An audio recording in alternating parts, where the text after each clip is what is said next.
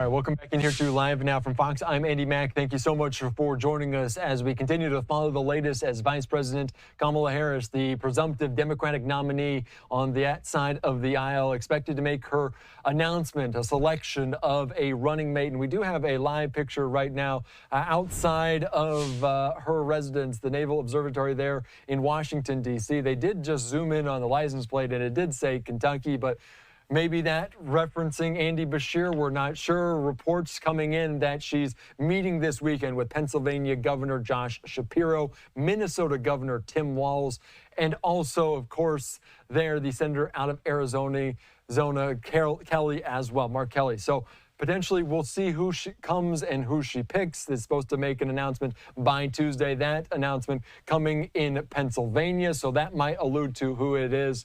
Let's bring into the conversation right now Politico reporter covering the White House, covering Washington, Daniel Lippman. Daniel, thank you so much for joining us here on Live Now from Fox. And people are reading into whatever they want to read into that Kentucky license plate, the announcement that there's a Philadelphia event on Tuesday. What do we make of the latest in terms of the Veet stakes, and maybe who's the front runner right now?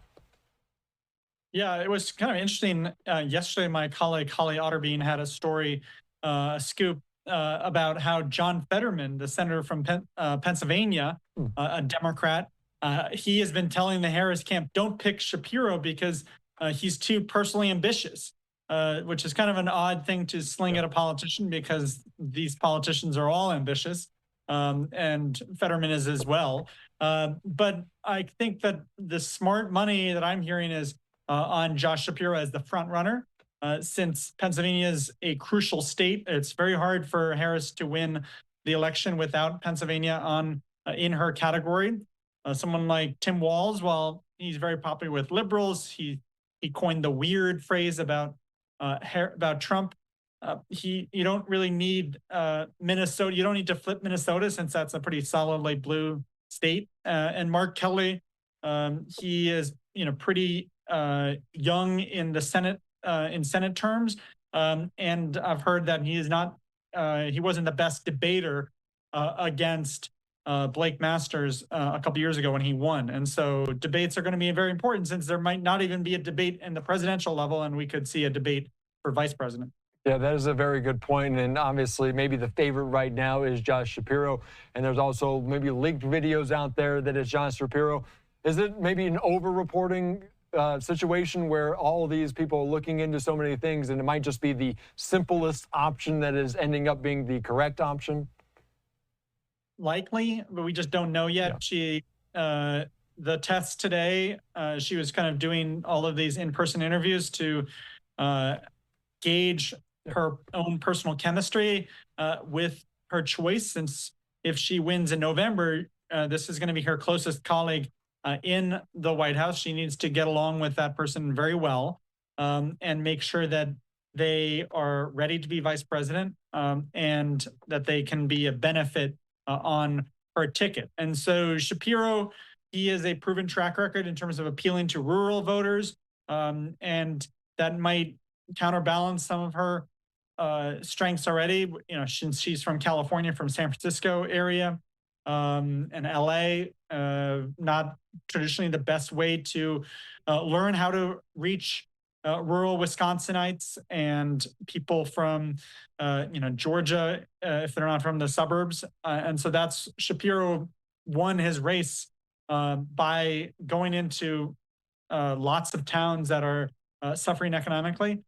He also faced a pretty weak opponent in Doug Mastriano. So basically any Democrat probably could have beaten Mastriano, but he is still has kind of had he's been blessed for a long time as being someone who had future, big things ahead of him. Yeah, big ticket items ahead of them, potentially on the ticket there with him. And you've also mentioned maybe some of the favorability, but also his impact in rural areas. And we're getting into this next question is Harris is launching a, quote, Republicans for Harris campaign, kind of a campaign within her own campaign, and maybe looking to sway some of the people that were on the side of Nikki Haley, not supporting Donald Trump. And maybe how much movement will they have in terms of that? And maybe how many Republicans are there backing VP Harris for this main ticket already? So it's kind of some of the usual suspects like Denver Riggleman, who is a former Republican congressman. You have Christine Todd Whitman, former New Jersey governor, former administrator of the EPA under the Bush 43 administration. You have Stephanie Grisham, the former Trump White House press secretary, who's part of that group as well. She resigned on January 6th. And so it's people who care a lot about democracy, about what they consider Trump's threat to democracy, which is also a term that Harris, she's talked about previously, but not really that much since she started this new campaign as the presumptive nominee, or basically, I think she's almost the formal nominee. And so she has leaned into much more talk about freedom and the future. And that's something that, especially the future aspect or tagline, that's not something Joe Biden could sell very well since he was a few years older than Trump. And now Harris is much younger than Donald Trump. And so, one thing with that VP pick, before I forget, she doesn't want that person to create bad headlines like JD Vance has caused for Trump, where his negative root rating has gone up since since he was picked. And so she wants someone who's going to be an additive force on the ticket, not get caught saying stuff like childless cat ladies. Yeah, and maybe drag down some of the numbers as well. Like you mentioned, that is a good note. And you mentioned maybe talking about the future of America, because I think Kamala Harris said it about maybe the debate, which they hope to have, will kind of show a split screen of two different Americas as well. Any update on the debate? There's a lot of theatrics right now about a debate that I think everyone assumes will happen. Maybe how likely is a debate, and maybe how close to finalizing are we to making it happen? So the Harris campaign is sticking to their guns, that they don't want to switch it up too much. That Trump now wants a debate on your sister network, Fox News, and he is not, she thinks that would be a harder debate for her. He wants it in a big arena to get Trump fans to make it into more of a spectacle. And she is making the case, hey, let's stick to what you agreed, which was ABC News on September 10th. And he has said he's not going to do any other debate besides the Fox News proposed one. And so we're kind of in a standoff. And she is definitely going to use the any place, anytime, anywhere. That's the line that Trump had used before. But if he thinks that a debate could hurt him, then he may shy away, which would be bad for the American people, because there's a lot of people I talk to who'd want to see both candidates against each other. But I do think that eventually he may give in. He may want to kind of set the terms better, more advantageous for him. That's why he's doing some hardball negotiating like he's known for. And so the election is still a few months away. So there's definitely time to schedule one. Yeah, that's a good point. So many millions of Americans want to tune in to see those two candidates go back to back, because it is going to be so different than the first debate with Trump and Biden. And I do have to ask you, as Kamala Harris kind of saying the anytime, anywhere line about the debate, but we have yet to really see her take too many questions from reporters at different comings and goings from Washington, D.C. since Biden stepped down, since she kind of assumed the role as the front runner. How much more heat will begin to kind of get on her to answer some questions, even if they are just here and there? Will there be more pressure on her to start answering some questions from the media, because she hasn't even had a sit down really with anyone yet? I'm sure she will do one eventually, and hopefully multiple ones. Yeah.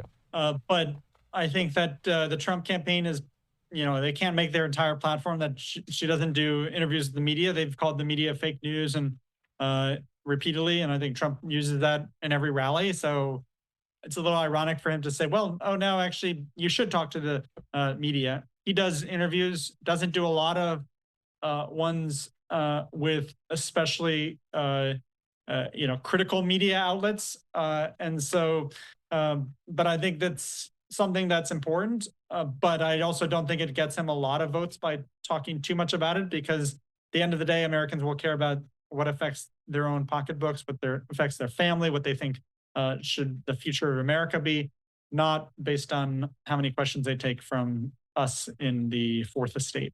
Yeah, and I think us in the media want them to answer all the questions, but it's kind of a little bit of a give and take of how much they address the media with so much going on. All right, Daniel, anything else, any more notes that you want to leave with our audience before I let you go here on this Sunday?